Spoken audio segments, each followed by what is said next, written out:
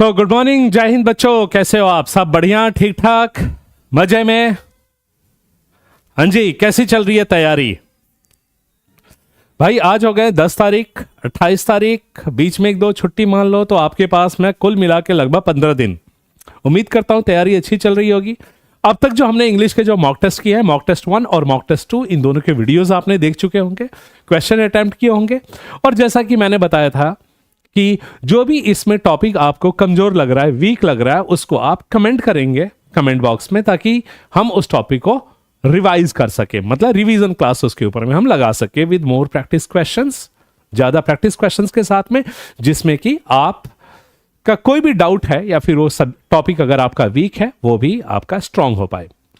इस वीडियो के डिस्क्रिप्शन में, इस क्लास के डिस्क्रिप्शन में अगर आप देखिएगा तो हमारे टेलीग्राम चैनल का लिंक है, आप क्लिक मारिएगा और हमारे टेलीग्राम चैनल से जुड़ जाइए, जिससे कि आपको रेगुलर अपडेट्स मिलते रहेंगे कि आगे आने वाली हमारी क्लास किस चीज की है।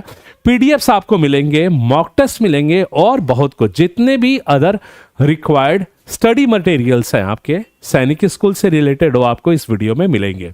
ठीक है, और साथ ही साथ टेलीग्राम का जो लिंक है वो आपके सामने एक पिन हो चुका है, तो आप उस पर भी क्लिक मारिएगा और हमारे टेलीग्राम से जुड़ जाइए। कहने का मतलब क्या चीज है, अगर आप नए हैं इस चैनल पे तो चैनल को सब्सक्राइब करेंगे और हमारे टेलीग्राम से जुड़ेंगे। सबसे पहले आपको ये करना है, उसके बाद में आगे का हम लोग पढ़ाई जारी रखेंगे। जैसा कि पहले बताता हूं, कॉपी और पेन हमेशा लेके बैठिए, कॉपी और पेन लेके बैठेंगे, जिससे कि करना क्या चीज है कि जो भी क्वेश्चन आप अटेम्प्ट कर रहे हो उसको एक बार चेक करोगे कि वो आप सही कर पा रहे हो या नहीं कर पा रहे हो। बाकी जब मैं कराऊंगा उसके अकॉर्डिंग आप अपने आप को इवेल्युएट करेंगे। टोटल क्लास में 25 क्वेश्चन डिस्कस होंगे, जिसमें कि आपको लास्ट में ये कमेंट करके बताना है कि 25 में से कितने आपके सही हुए। कमेंट जारी रखना है, क्योंकि आप कमेंट करोगे तभी एक फील आएगी कि ये क्लास जो है बिल्कुल आपके लिए हो रही है, आपके सामने हो रही है। ठीक है,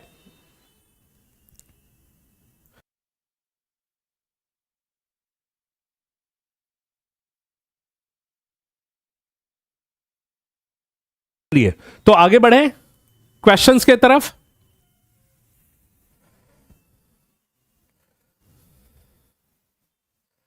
अग्निवीर के पेपर की तैयारी, जय हिंद। ओके, चलिए आगे बढ़ते हैं। ठीक है, सबसे पहला जो सवाल है, अगेन टॉपिक आपका आर्टिकल से है, आर्टिकल जो हमने पढ़ा हुआ है। ठीक है, पहला टॉपिक पहला जो क्वेश्चन है आर्टिकल से है। एक बार फटाफट देखिएगा इस क्वेश्चन को। Can you pass me dash salt please. एक बार फटाफट कमेंट करके बताइएगा कि यहां पे कौन सा आर्टिकल यूज होगा। क्वेश्चन ये रहा, can you pass me salt please. फटाफट कमेंट कीजिए, what is the right answer.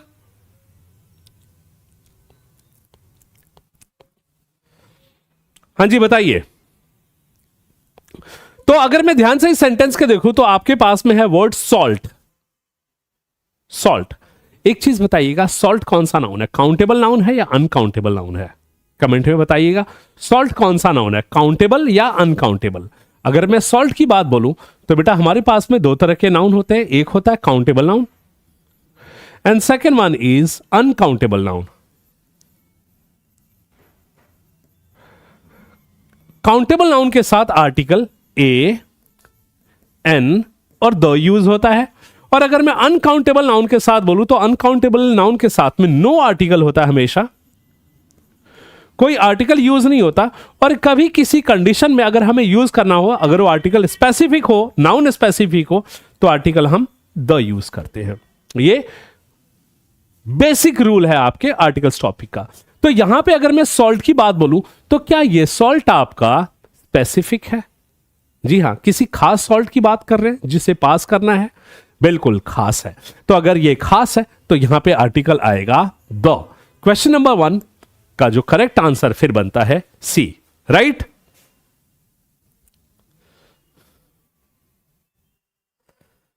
बहुत बढ़िया, चलिए अब आगे बढ़े। नेक्स्ट क्वेश्चन, अनकाउंटेबल नाउन है, बिल्कुल सही बात है।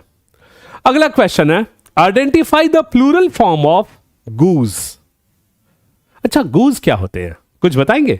कमेंट में एक बार बताइए कि गूज क्या होता है, कौन सा वर्ड है गूज।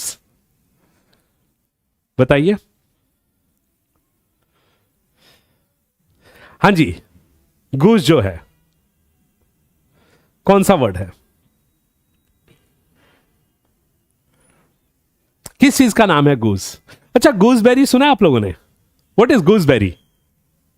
एक तरह की बेरी होती है, बेरी समझते हो, बेर टाइप के साइज की होती है बेरी। Blueberry, gooseberry. गूसबेरी किसको बोलते हैं? आंवले को क्या बोलते हैं? एक बार आज गूगल करके पता करना कि आंवले को क्या बोलते हैं। आंवले को बोलते हैं गूसबेरी। लेकिन यहां पे जो गूस है उसका मतलब आंवला नहीं है, यहां पे गूस का मतलब होता है हंस। ठीक है, गूस का मतलब होता है हंस। तो गूस का जो प्लूरल है वो क्या होता है बताइएगा? गुजेस, गूज, गीज और geeses. What is the plural of goose? बहुत बढ़िया, शाबाश रमित आहूजा, वेल डन। तो the plural of goose, goose का जो प्लूरल है वो है geese. Geese is the right answer. सही जवाब है आपका गीज। ठीक है जी, यस यश, बहुत बढ़िया। अब आ जाइए, what is the second and the third form of begin? BEGIN, begin का सेकेंड और थर्ड फॉर्म बताएंगे एक बार। बिगिन, बिगिन का मतलब होता है शुरुआत करना, किस चीज को शुरू करना। अब बिगिन जो वर्ड है ये तो वर्ब का फर्स्ट फॉर्म है, इसका सेकंड और थर्ड फॉर्म क्या होगा? What is the second and the third form of begin? Begin, began, began, began, begins, A, B, C और D। What will be the right answer? तो अगर मैं बिगिन की बात बोलूं तो बिगिन का सेकंड फॉर्म होता है बिगन, BEGN, और थर्ड फॉर्म इज बिगन। तो correct answer is A। Question number 3 का जो करेक्ट आंसर है वो है आपका A। सही जवाब A है। अगला जो है, select the correct passive voice. ठीक है, सेंटेंस को ध्यान से पढ़िए। सेंटेंस बोला है select the correct passive voice. इसका मतलब इस सेंटेंस में, इसमें करना क्या चीज है? आपके पास में एक सेंटेंस लिखा हुआ है, सेंटेंस है the company launched a new product last month. ये आपका सेंटेंस जो है ये है आपका एक्टिव वॉइस में। ये सेंटेंस किस में है? आपका एक्टिव वॉइस में। इसका करेक्ट पैसिव वॉइस बताना है आप लोग को। आपके पास में ऑप्शन है A, B, C और D के तौर पे। The product, a new product was launched by the company last year, या last year a new product launch the company. The company has launched a new product last month, और a new product launches the company last month. हाँ जी, तो अगर इस sentence को ध्यान से देखा जाए तो सेंटेंस आपका एक्टिव वॉइस में, और आपको मैंने बताया था एक्टिव वॉइस में जहां पे भी सिंपल टेंस होते हैं तो वहां पे आता है वॉज, वर और वर्ब का थर्ड फॉर्म। ये दो क्लासेस में ले चुका हूं, उसमें आप लोग को अच्छी तरह से बताया कि यहां पे वॉज और वर। कंटिन्यूअस टेंस में BEING बीइंग देखना है, और परफेक्ट टेंस में BEEN बीन, इनका होना जरूरी होता है। तो अगर मैंने देखा वॉज और वर वर्ब का थर्ड फॉर्म, तो वॉज और वर वर्ब का थर्ड फॉर्म ऑप्शन A में है, यहां पे कहीं पे भी नहीं है। तो इसलिए ये हमारे आंसर नहीं होंगे। करेक्ट आंसर जो होगा वो हमारा A होगा। A is the right answer.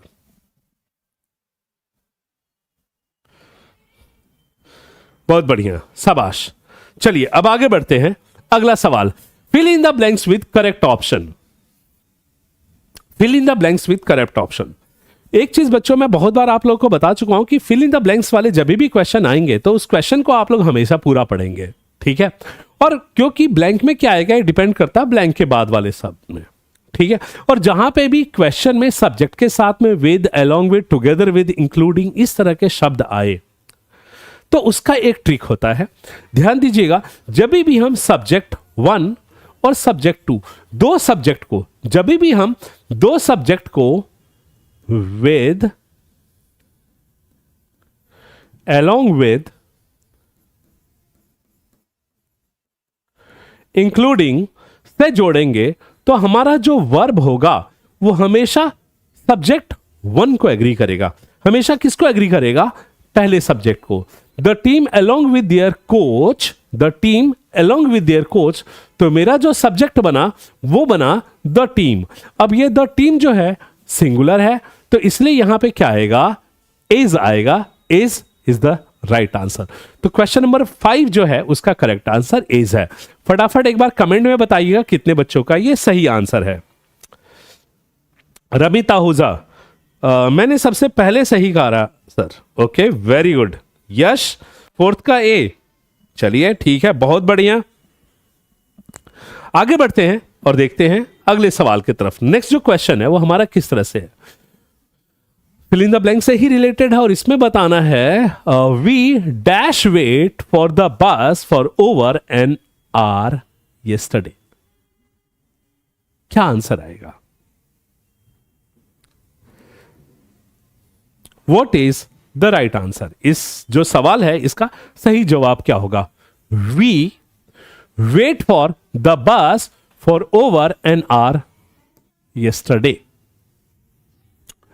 अगर मैं बात बोलूं तो यहां पे लिखा है for over an hour yesterday, तो ये जो है हमारा पास्ट का टाइम है, पास्ट का लिखा हुआ टाइम है जो कि एक ड्यूरेशन को बता रहा है। किसको बता रहा है?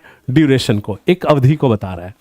कुछ रूल्स आपको ध्यान रखने हैं। मैंने बताया था कि ब्लैंक में क्या आएगा, यह पूरा डिपेंड करता है ब्लैंक के बाद वाले शब्दों के ऊपर में।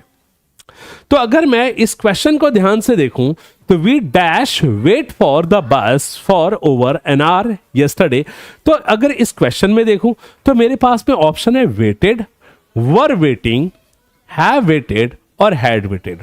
तो सबसे पहली बात है कि पास्ट का टाइम अगर लिखा है तो सेंटेंस कभी भी प्रेजेंट में नहीं जाएगा, तो इसलिए मैंने हैव वेटेड को रिजेक्ट कर दिया। अब दूसरा मैं देखूं तो पास्ट कंटिन्यूअस टेंस और पास्ट परफेक्ट टेंस कभी भी अकेले नहीं लिखे जा सकते, कभी भी अकेले नहीं जा सकते।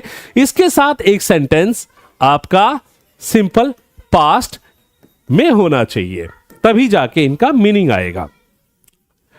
और टेंसेज, जैसे कि मैंने आप लोग को पहले बताया हुआ है कि किसी भी सेंटेंस में पास्ट का टाइम अगर लिखा हुआ है तो सेंटेंस आपका बिल्कुल सिंपल पास्ट में जाएगा।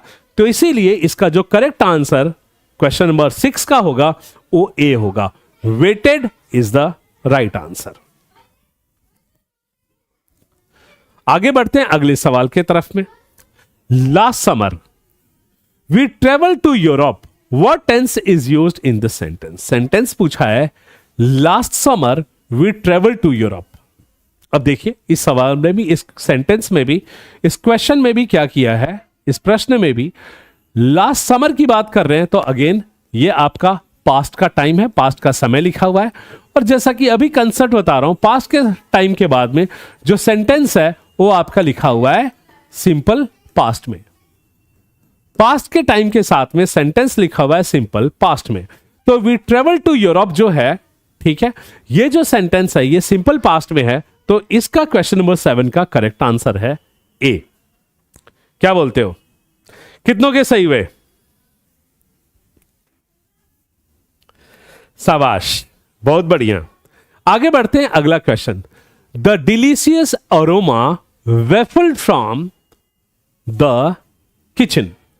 देखिए अरोमा की बात बोले तो अरोमा का मतलब होता है खुशबू। अरोमा जो वर्ड है ये यूज होता है किसी फूड खाने से, किसी डेजर्ट, किसी डिश से जो उसकी खुशबू आती है, किसी खाने से, किसी व्यंजन से जो उसकी खुशबू आती है उसको अरोमा बोलते हैं। ठीक है। वेफल्ड, फैल जाना। वेफल्ड कैसे होता है? जैसे कि आपने कार्टून मूवीज में देखा होगा कि खाना बनाया तो उसमें से खुशबू इस तरह से लहरा के निकलती है, तो उसको हम लोग बोलते हैं waffled, wafted, sorry it's wafted from the kitchen. अब यहां पे अंडरलाइन वर्ड में कर रहा हूं अरोमा, और अरोमा को बताना है कि ये कौन सा पार्ट्स ऑफ स्पीच है। क्वेश्चन नंबर 8 में अंडरलाइन वर्ड है अरोमा, और अरोमा में बताइए कि ये कौन सा पार्ट्स ऑफ स्पीच है। फटाफट बताइएगा। शाबाश। तो अरोमा जो वर्ड है ये आपका आर्टिकल द, तो मैंने बताया था आर्टिकल द अगर आ गया तो वो आपको जरूर बताएगा कि उसके बाद वाले शब्द क्या हैं। तो आर्टिकल द के बाद में कौन से शब्द को पूछा है? सेकंड वर्ड को पूछा है। तो पहला वर्ड हो गया आपका एडजेक्टिव, सेकंड वर्ड हो गया आपका नाउन। कौन सा हो गया? नाउन। तो अरोमा जो है ये पार्ट्स ऑफ स्पीच है, नाउन। क्वेश्चन नंबर 8 का करेक्ट आंसर इज ए। बहुत बढ़िया यश, वेल डन। अच्छा, अगर इस चैनल पे नए हो तो फटाफट इस चैनल को सब्सक्राइब करो, ठीक है। टेलीग्राम से नहीं जुड़े हो तो डिस्क्रिप्शन में टेलीग्राम का लिंक है, ठीक है, आपको उस टेलीग्राम से भी जुड़ना है और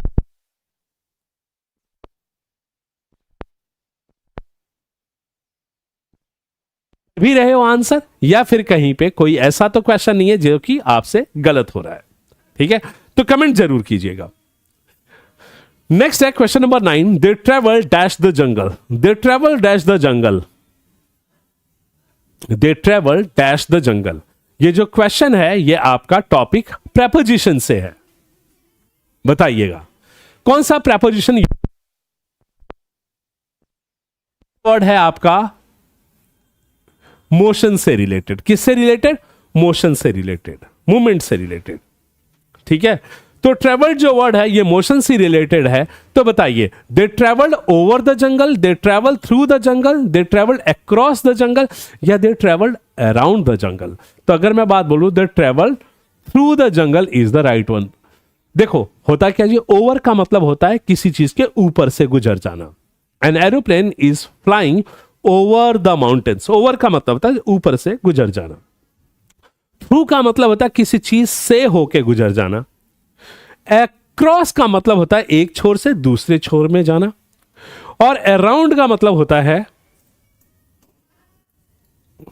अराउंड का मतलब होता है किस चीज के गोल चक्कर काटना। तो question number 9 correct answer is through. तो 9 क्वेश्चन हो चुके हैं। 10th question, convenient.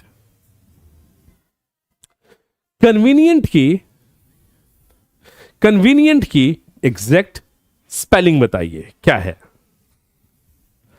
What is the correct spelling of the word call convenient? Choose the correctly spelled word. CONVINIENT, CONVENIENT और CONVENEINT या CONVENEANT।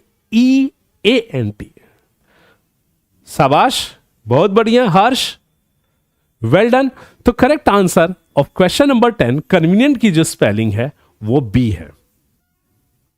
अगला सवाल, will you come to the party, will you come to the party, question tag से ये question है। एक बार फटाफट बताएंगे कि इसका आंसर क्या है।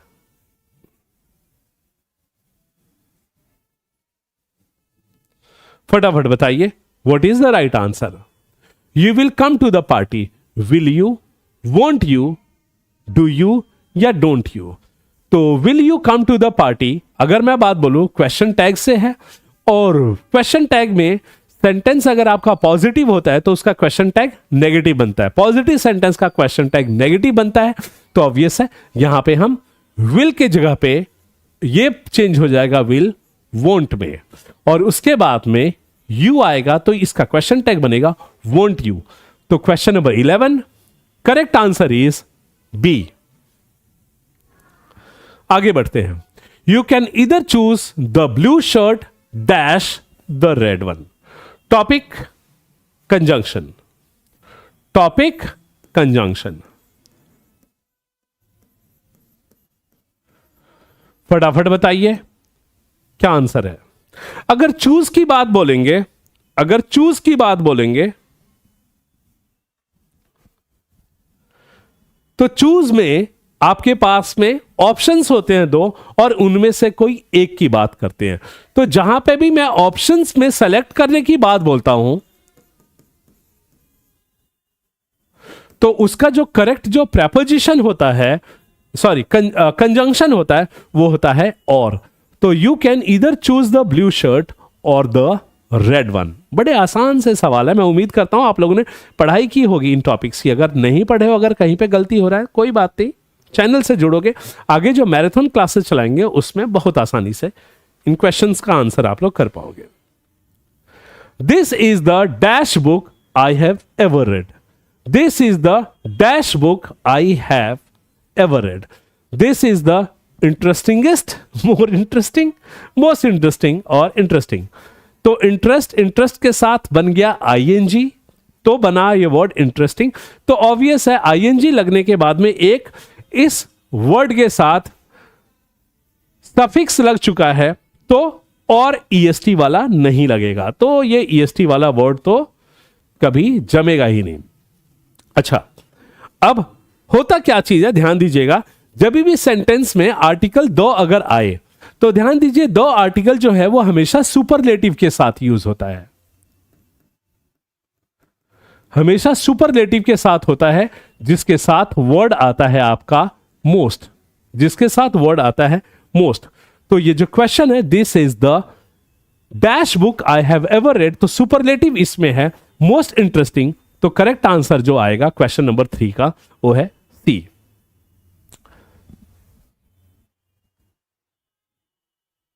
ठीक है, यहां पे थोड़ा सा ध्यान देना कि ये क्वेश्चन नंबर 3 नहीं है, ये क्वेश्चन नंबर 13 है। Question number 14, they painted the house, they painted the house, what is the right pronoun that we will use in this blank. ये जो सेंटेंस है इसको ध्यान से पढ़िए और इसमें बताइएगा कि आपके पास जो ऑप्शंस हैं इसमें कौन सा प्रोनाउन जो है जिसको हम लोग ब्लैंक पे यूज करेंगे। हाँ जी, they painted the house, theirs नहीं आएगा, देम नहीं आएगा, दे नहीं आएगा, तो they painted the house themselves, reflexive pronoun से क्वेश्चन है तो यहां पे आएगा they painted the house themselves. Correct answer is A. Question number 14 correct answer is A. ठीक है जी। लाडला हर्ष जगलान, बीवीपुर, बहुत बढ़िया। Next question, arrange the sentence and select the correct order. Question number 15 है ये, ध्यान दीजिएगा, क्वेश्चन नंबर 15 है। Arrange the sentence and select the correct order. Movie my friend to the invited me. इस सेंटेंस को ध्यान से देखिएगा और बताइएगा कि ये किस ऑर्डर में होगा arrange. Movie my friend to the invited me, तो my friends invited me to the movie, तो my friends invited me to the movie. QSRP, QSRP जो है वो करेक्ट आंसर जाएगा, QSRP। तो यहां पे करेक्ट आंसर जो आएगा क्वेश्चन नंबर 15 का वो है D. Question number 16, identify the correct synonyms of obsolete. Obsolete जो वर्ड है उसका सिनोनिम्स बताना है। वर्ड और मीनिंग अगर अच्छी तरह से याद है तो आपके लिए बहुत आसान हो जाता है इनका आंसर देना।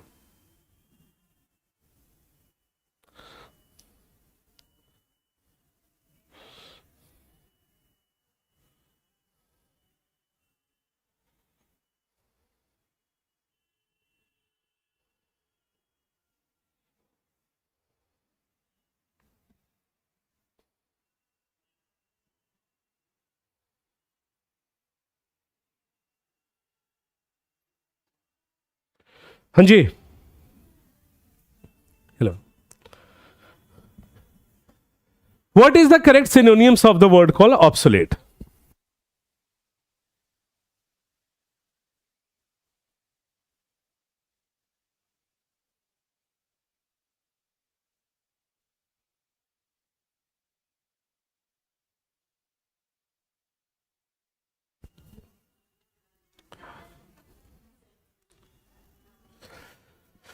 हाँ जी, correct synonyms of obsolete.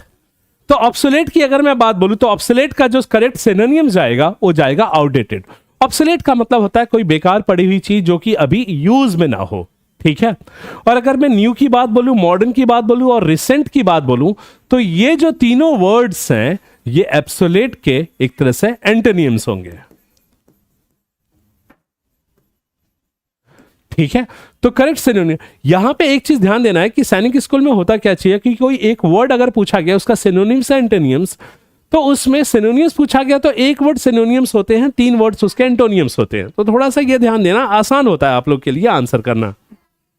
But again बता रहा हूं कि ये जो खेल है ये वर्ड मीनिंग का है, तो बेटा इसके लिए कोई शॉर्ट ट्रिक्स नहीं है, आप लोग को वर्ड्स याद करने ही पड़ेंगे। आगे बढ़ते हैं, नेक्स्ट क्वेश्चन है identify the antonyms of the word call expand. Expand का एंटोनिम्स क्या है? Enlarge, extend, grow. अब देखिए, एनलार्ज, एक्सटेंड, ग्रो, ये जो सारे वर्ड्स हैं इसका पूरा मीनिंग ही आपका एक्सपेंड की तरह है। कहने का मतलब ये जो सारे वर्ड्स हैं ये एक्सपेंड के सिनोनिम्स हैं। और अगर मैं श्रिंक की बात बोलूं तो श्रिंक जो वर्ड है ये आपका एंटोनियम्स बन जाता है। क्या बन जाता है? ये आपका एंटोनियम्स बन जाता है। तो shrink is the right answer. आगे बढ़ते हैं। Correct idioms of phrase for throw in the towel. तो थ्रो इन द टॉवल का मतलब क्या होता है बताइएगा? टॉवल फेंक देना। Science with Pradeep, good morning sir. तो थ्रो इन द टॉवल, अब अगर थ्रो इन द टॉवल का मतलब बोलूं तो इसका मतलब टॉस अ टॉवल नहीं होता, फोल्ड अ टॉवल नहीं होता, ड्राई ऑफ नहीं होता, इसका मतलब होता है गिव अप, त्याग देना। थ्रो इन द टॉवल जो इडियम्स है इसका मतलब होता है गिव अप। आगे बढ़ते हैं। Question number 19, identify the correct meaning of the proverb action speak louder than words. ये जो प्रोवर्ब है, प्रोवर्ब देखिए, प्रोवर्ब होता क्या चीज है? इसको बोलते हैं कहावतें। हिंदी में एक शुद्ध शब्द में बोला जाए तो इसका मतलब लोकोक्तियां, कहने का मतलब। और इंग्लिश के दूसरे वर्ड में प्रोवर्ब को बोला जाए तो इसको बोला जाता है विटी सेइंग। ठीक है, कहने का मतलब जो बड़े बुजुर्ग जो बात कह के गए या जो कहते हैं उनको हम लोग बोलते हैं इंग्लिश में प्रोवर्ब, हिंदी में बोलते हैं लोकोक्तियां या कहावतें। यहां पे बोला गया है actions speak louder than words. ये जो प्रोवर्ब है इसका मीनिंग क्या है? Words are louder than actions, actions can't be heard, what you do is more important than what you say, और speak softly and carry a big stick. Speak softly and carry a big stick. प्यार से बात करो और साथ में डंडा रखो। प्यार से बात करो और लगा दो। क्या ऐसा करके है क्या? नहीं, इसका मतलब होता है what you do is more important than what you say. आप जो कहते हो उससे ज्यादा जरूरी है जो आप करते हो। कहने का मतलब आपका जो एक्शन है, जो आप क्रिया करते हो, आपके कहने से वो ज्यादा मैटर करता है। कहने का मतलब अगर आप बोल रहे हो कि भाई मैं इस बार 28 तारीख को सैनिक स्कूल का पेपर दूंगा और बड़े अच्छे नंबर से पास होऊंगा, तो उस बोलने से कुछ नहीं होने वाला, आपको करना पड़ेगा। हमारी क्लासेस ज्वाइन करनी पड़ेगी, क्लास में आएंगे, कमेंट में आप आंसर करेंगे, अपने आप को इवैल्यूएट करेंगे, ये आपका एक्शन होगा। तो आपके कहने से जो ज्यादा जरूरी आपका क्रिया करना होगा, एक्शन करना होगा। राइट, अब आगे बढ़ते हैं। Question number 2, identify the correct meaning of the phrasal verb break down. यार ये ब्रेक डाउन जो फ्रेजल वर्ब है इसका मतलब क्या होता है? My car got break down, my car got broken down. अच्छा, गॉटन के साथ, गॉट के साथ या गेट के साथ वर्ब का थर्ड फॉर्म यूज होता है, ये ध्यान देना। अपने आप पैसिव वॉइस में चला जाता है वो सेंटेंस। ठीक है, तो अगर ब्रेक डाउन बोल दिया, ब्रेक डाउन का मतलब क्या होता है? यार उसकी गाड़ी ब्रेक डाउन हो गई। ब्रेक डाउन का मतलब क्या होता है? खराब, चलते चलते रुक जाना, उसको ब्रेक डाउन बोलते हैं। ठीक है, तो टू एनालाइज और एग्जामिन इन डिटेल्स, नहीं ये तो नहीं होगा। टू ब्रेक अ प्रॉमिस, एक कसम तोड़ना। टू ब्रेक अ रूल, एक नियम तोड़ना नहीं होगा। To break into pieces, pieces में, टुकड़ों में तोड़ देना। तो एक और मीनिंग होता है ब्रेक डाउन का मतलब किस चीज को टुकड़ों, जैसे मान लीजिए कि इस टेबल के ऊपर में एक, yes Pratap Singh, to stop working बिल्कुल सही है, लेकिन टू स्टॉप वर्किंग यहां पे है नहीं। और अगर ब्रेक डाउन की बात बोलूं तो इसका एक और मीनिंग होता है किसी चीज को खंडित कर देना, टुकड़ों में बिखर जाना। ब्रेक डाउन, ब्रेक डाउन का एक और मीनिंग होता है फूट कर रोना। फूटने को ब्रेक डाउन बोलते हैं। ठीक है, आप फेल हुए और आपके पिताजी ने बोला कि यार क्या किया तूने? अब ये बात सुनते ही you broke down into tears, आप फूट फूट के रोने लगे। तो उस ब्रोक डाउन का भी मतलब फूटना होता है। तो एक वर्ड के, एक फ्रेजल वर्ब के एक से ज्यादा भी मीनिंग हो सकते हैं। आपको ऑप्शन में चेक करना होगा क्योंकि ऑप्शन में सिर्फ एक मीनिंग दिया होगा। ठीक है, तो इसका correct answer to break into pieces होगा। अब आगे बढ़ते हैं। इस सेंटेंस को थोड़ा सा ध्यान से देखिएगा। नहीं सेंटेंस नहीं, ये तो कॉम्प्रहेंशन है यार, शाबाश। तो 21 से जो भी क्वेश्चंस होते हैं वो हमारे कॉम्प्रहेंशंस के होते हैं। वो कहां से होते हैं? कॉम्प्रहेंशंस के होते हैं। Tim's family decided to go on a camping trip in the mountains. As they set up their tent near a clear, glistening stream, Tim couldn't help but marvel at the beauty of nature around him. The family spent their days hiking, fishing, and telling stories around the campfire. Tim realized the importance of spending quality time with the loved ones in the midst of nature. कॉम्प्रहेंशंस पढ़ लिया होगा आपने। अब इसका answer बताइएगा, क्या answer है इसका। अच्छा, इसकी एक और खास बताऊं बेटा, यहां पे ध्यान देना कि यहां पे ये मत सोचना कि मैं आपको इंग्लिश में इसको हिंदी में ट्रांसलेट करूंगा, क्योंकि ये स्किल आपको डेवलप करनी है, ठीक है। इंग्लिश का पेपर जो है थोड़ा इंग्लिश के हिसाब से ही समझोगे तभी हो पाएगा, क्योंकि एक लैंग्वेज का टेस्ट है, बाइलिंगुअल नहीं होता है, इसलिए आपको थोड़ी अपनी स्किल को डेवलप करनी पड़ेगी। क्वेश्चन है, where did Tim's father go for a camping trip? कहां पे? माउंटेन्स, यहां पे लिखा हुआ है। तो correct answer of question number 21 is mountains. आगे बढ़ते हैं, अगला सवाल है, what did Tim marvel at during camping trip? Tim couldn't help, अपने आप को रोक नहीं पाया, at the marvel at the beauty of nature around him. तो सिटी लाइट्स की तो कहीं बात, टेक्नोलॉजीज, कैंप फायर स्मोक की बात कहीं नहीं की है, बिल्कुल कॉम्प्रहेंशन में ही मेंशन है, ये लिखा हुआ है ये। आगे बढ़ते अगला क्वेश्चन है, how did the family spend their days during camp trip? तो भाई जो फैमिली है उसने कैंपिंग ट्रिप पे जो अपने दिन है वो कैसे बिताए? The family spend their days hiking, fishing and telling stories. ठीक है, तो hiking, fishing and telling stories. Correct answer जो है क्वेश्चन नंबर 23 का बी। शाबाश। 24, what realization did Tim have during camping trip?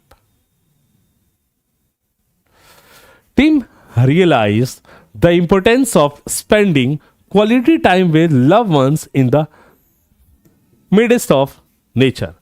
तो इंपोर्टेंस ऑफ स्टेइंग इंडोर्स ये तो है ही नहीं, the importance of avoiding outdoor activities, the importance of bringing technology on trip, नहीं भाई, ये जो भी ए, सी और डी जो ऑप्शंस है कहीं पे भी कॉम्प्रहेंशन में ये ना लिखा हुआ है, ना इससे हम लोग इन्फर कर पा रहे हैं, मतलब ये कहीं से भी ये इशारा नहीं कर रहा है कि ये ऑप्शंस हैं इसके अंदर में।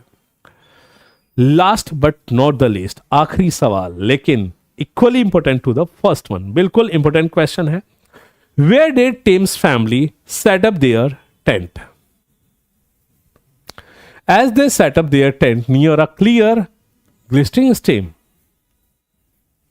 नियर अ बिजी हाईवे नहीं आएगा, इन द डेजर्ट नहीं है, in a crowded city park नहीं है, near a clear glistering stream. तो बच्चों 25 क्वेश्चंस हो गए। अब फटाफट एक बार कमेंट करके बताओ कि 25 में से आपके कितने सही हुए। फटाफट एक बार कमेंट करके बताओ कि 25 में से आपके कितने सही हुए।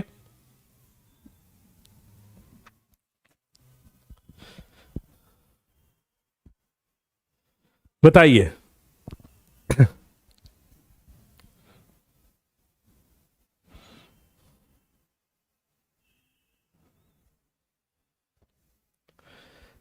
शाबाश। रमित आहूजा 23, वेल डन, शाबाश। तो भाई अगर जिस बच्चे के भी 20+ है, 20 से ऊपर है, बढ़िया चल रहा है, ठीक है, थोड़ा और कोशिश करो, क्योंकि 5 गलत करने के बजाय इसको और अच्छा करें तो जितना ज्यादा, इंग्लिश स्कोरिंग सब्जेक्ट है तो जितना बढ़िया तरीके से आप इसको करोगे उतने ही अच्छे मार्क्स आएंगे आपके, ठीक है, उतना ही सिलेक्शन आपका कंफर्म होगा। तो इसी के साथ में आज का जो मॉक टेस्ट 3 है उसको कंप्लीट करते हैं। सर 18 नंबर फिर से बता दीजिए।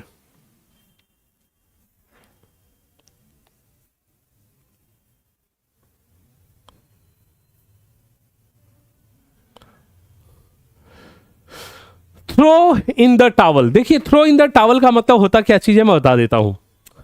आप किसी चीज के लिए बड़े उत्साहित हो कि भाई आज शाम को मैं अपने दोस्तों के साथ क्रिकेट खेलने जाऊंगा, ठीक है, और उसके बाद में हुआ क्या चीज, आपने पूरा प्लान बनाया और अचानक आपके ट्यूशन वाले जो टीचर है या मैडम है उनका फोन आपके मम्मी को आ जाता है और वो बोलती है कि बेटे को आज शाम के 5 बजे भेज देना, आज एक टेस्ट रखा है मैंने।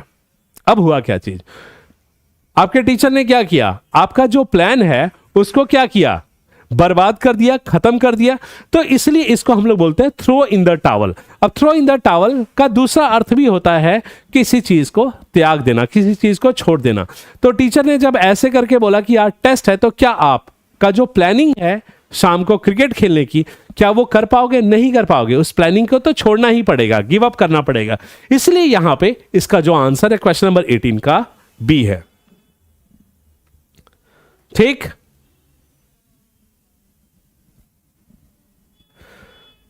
तो चलिए बच्चों, इसी के साथ में आज की क्लास को हम लोग यहीं पे ओवर करते हैं। हर्ष के 23 क्वेश्चन सही आए हैं, बहुत बढ़िया, शाबाश। तो चलिए इसी के साथ में 25 क्वेश्चंस आपके डिस्कस हो चुके हैं। मॉक टेस्ट 3 कंप्लीट हो गया है। मॉक टेस्ट 1 और 2 अगर आपने नहीं देखा है तो इस वीडियो के डिस्क्रिप्शन में उसका लिंक है, आप जाइए उसको भी देखिए, अटेम्प्ट कीजिए। 3 मॉक आपके पूरे हो चुके हैं और उसमें आप चेक कीजिए कि आप कहां पे स्टैंड करते हैं। मैं मिलता हूं कल 11:30 बजे अपने इसी क्लास में, इसी टाइम पे एक नए मॉक टेस्ट के साथ में। आगे के क्लास का अपडेट देता हूं कि 2 बजे आपकी जीएस की क्लास है, जिसमें सूर्य प्रताप सर आपको अपने पिटारे से लेके आएंगे जीएस के बहुत ही बढ़िया क्वेश्चन विद एनिमेशंस और पिक्टोरियल मेथड से आपको समझाएंगे पूरे जीएस के बारे में।